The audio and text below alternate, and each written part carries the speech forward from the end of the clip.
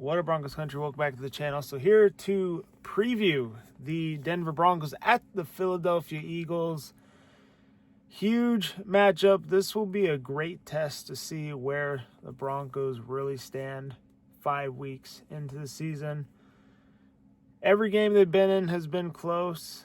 The two good teams that they've played so far ended up losing by a field goal. But crazy stat with the Broncos, still have not trailed in the fourth quarter. So, and they are 2-2. But yeah, you tell somebody that and they'd probably be like, how's that possible? Well, yeah, fortunately, last second field goals can make that a thing. I was reading that Broncos could be getting some reinforcements in this game. I haven't really seen much. I'm just seeing this now. I haven't heard much about it. I expect this to probably be more of something that happens next week, but Malcolm Roach and Drew Sanders are going to be eligible to come off of IR. So that'd be huge for the defense. It'd just be adding more depth to an already deep unit. Middle linebacker, it's been kind of rough with Dre Greenlaw out, so would be nice to get Drew Sanders back in there to see what he's made of. Malcolm Roach, the dude's a dog. It'd be cool to see him back out there. But the D-line still is pretty good, even when he's been out. But I'd like to have him back out there. So we'll see what happens with all that. Start with the injury report here. We'll start with the Broncos. Got the Summit White on. I believe this is probably the jersey they're going to be wearing in Philadelphia. Man, this is going to be such a tough game. Philadelphia has really good roster. They got some tough fans, so it's going to be crazy. But Broncos injury report: Nick Bonito, Alex Singleton full, Nate Atkins, Jonah Ellis, and Marvin Mims were limited. There was only one player that did not participate, and that was Quinn Miners, but he has an illness. Shouldn't be anything too concerning. He'll most likely be out there. For the Eagles, Jalen Carter, Dory Jackson, Lane Johnson, all full. Nakobe Dean, limited. Dallas Goedert, limited. And then Grant Calcaterra, same with him, illness, DMP. So the Eagles roster, just based off of this injury report, looks pretty healthy. Same with the Broncos. So both teams should be basically at full strength other than players on IR in this game. Looking at their depth chart here, because like I said, and a lot of people that have been watching for a long time, I don't watch very many NFC teams. So I'm not quite familiar with the roster. But the Eagles, I am pretty familiar with their roster because, I do watch every Super Bowl. Thank you again for beating the Chiefs. Now, their offense is, man, they got a lot of talent in their offense. Saquon Barkley, liked him a lot with the Giants. I was shocked that they let him go. But yeah, he goes to Philadelphia and he tears it up with them. A.J. Brown and Devontae Smith. I got a homie that's an Eagles fan. I've told him before that, honestly, both of them kind of remind me of Demaryius Thomas and Emmanuel Sanders a little bit. Maybe that's a little too far. Maybe I'm riding the Eagles a little bit on that one, but I don't know. Devontae Smith is like this skinny, quick dude. Reminds me a lot of Emmanuel Sanders, and he just gets open. That's what Emmanuel Sanders did a lot with the Broncos. And A.J. Brown is kind of like this lean, like burly dude who's good at getting 50-50 balls. Reminds me a lot of DT. Maybe they're like the... I don't want to say Walmart version. I don't know the correct term to use for it, but they do remind me a lot about them. I think that they have a really good wide receiver duo there in Philly. Their O-line's solid. They've always had a really good O-line. And then Dallas Goedert, he's a pretty solid tight end too. So yeah, we definitely got a tough task. And coming up in my 3 keys on how the Broncos can win this game, gonna have to take some of those weapons away from the Eagles if we want a shot at it. I'm looking at their defense. There's Darius Smith, Jalen Carter, Jordan Davis on the D line. Zach Bond, their linebacker. That's who I wanted the Broncos to get in the offseason. I was really hoping that we could lure him away from Philly. But fortunately, it did not happen. He ended up re-signing. And then for cornerbacks, they got Adoree Jackson and Cooper DeJean. They got another white corner just like we do. Battle of the white corners. Cooper DeJean and Riley Moss. So, yeah. And then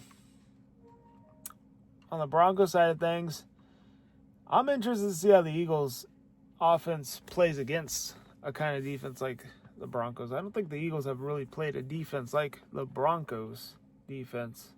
So, yeah, I'm interested to see how that looks. I definitely want to see how we match up against their defense because the Eagles have a really good defense too.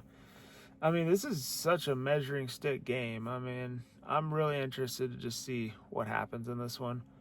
There's a lot of people that are underestimating the Broncos, and that might be a good thing. I feel like when we've played teams that we underestimate, it doesn't always end up well for us. So hoping that Eagles underestimate us and we end up going in there stealing one. That's best case scenario. It's going to be tough. I think the Broncos have to play an almost near perfect game to win this one. Because it's in Philly. It's going to be a ruckus crowd. And let's get into the 3 keys on how we can steal a win in this game. First off, got to limit Saquon Barkley. I feel like Saquon Barkley really opens up that Eagles offense. When he's run the ball effectively, it gets a bunch of other players on that team open because they sell out on Saquon. And another thing is that the Eagles have the unstoppable play down, which is the tush push. They asked DJ Jones this week on how to stop it. He said, grab your nuts and get ready to try and stop it, basically. I mean, that's all you can do, you know.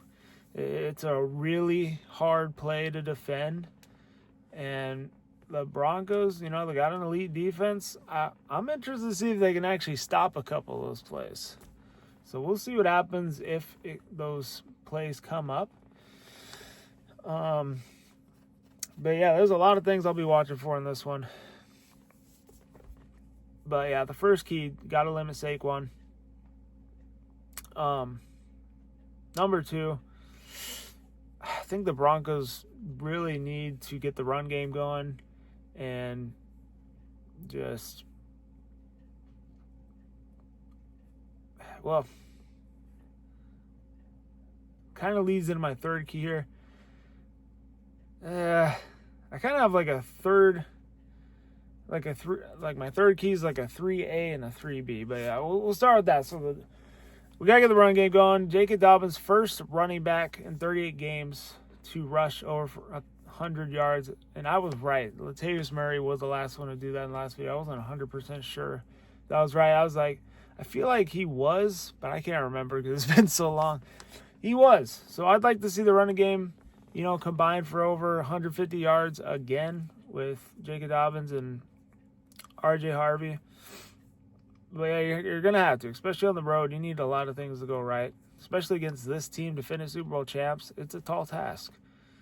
And, yeah, I mean, if we could just, you know, score early and get the crowd out of it. And I think this is going to be a back and forth kind of game. And whoever gets the ball at the end will probably win this game. That's probably what it's going to come down to.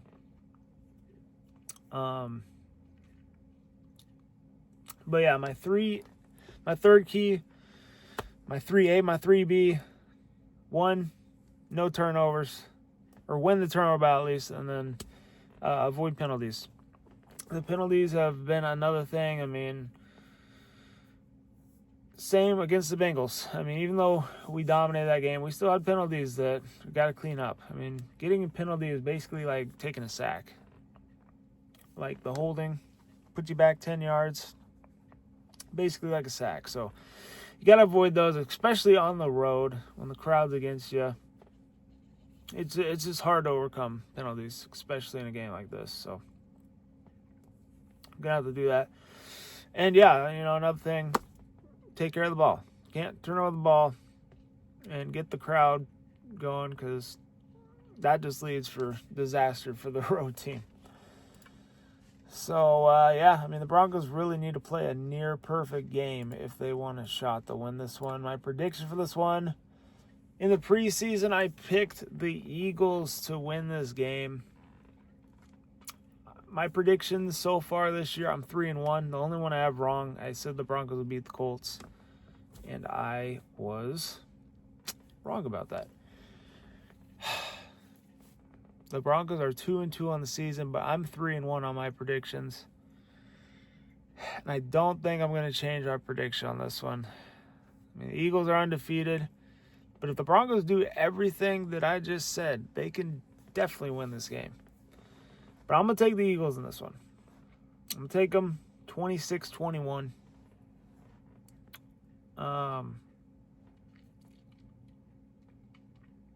But if we come up in there, man, that will really change the narrative of a lot of things if we come up in Philly and get that W. I'll tell you what. But we'll see what happens. The Broncos could do everything I just said, man. I think they could do it. They could do it. Before we get up on out of here, got this one article. It's 3 wild, bold predictions for Broncos at Eagles. The first one says the Broncos defense gets pick 6. It says that the Broncos have forced just 4 turnovers on the year and only 1 interception in those turnovers. It says the defense is due for a takeaway or two, and Jalen Hurts has been a subpar passer for most of his NFL career. But yeah, no, if we can take Saquon out and make Hurts, pick on the secondary a little bit, maybe we could. We'll see. Second bold prediction is the Broncos outrush the Eagles by at least 50 yards. That would be crazy. If they're able to take Saquon out of the game and our run game gets established and we could just run the ball effectively, yeah, they definitely would have a shot. And then the third bold prediction, Broncos win 23-21 on a late field goal from Will Lutz. It says the Eagles are due for a letdown game. They've won 4 games by a combined 20 points. You can't get anything going on offense consistently. Defense hasn't been all that special. Broncos will be back and forth affair with the Eagles, which is what I think. It says, but Will Lutz is going to come through late in the game and make it a 23-21 in a huge Broncos victory. That would be an awesome prediction. I mean, that is bold, but man, I wouldn't even care. They could get this win. Would just be huge for the season. It would make up for when I predicted the Broncos would beat the Colts, my preseason prediction, because I said the Broncos would lose this game, my preseason prediction. If they could flip that, because they flipped against the Colts, they lost that game. If they could win this one, then that washes, and we'd be right back on track. So, yeah, for my prediction to come true, they'd have to win a game that I said they would lose. So, why not this one? Anyway, hope you all enjoyed the vid. Hit the like button, subscribe if you're new. Other than that, stay safe, be good, go Broncos. See you guys after the game on Sunday with a recap. Peace.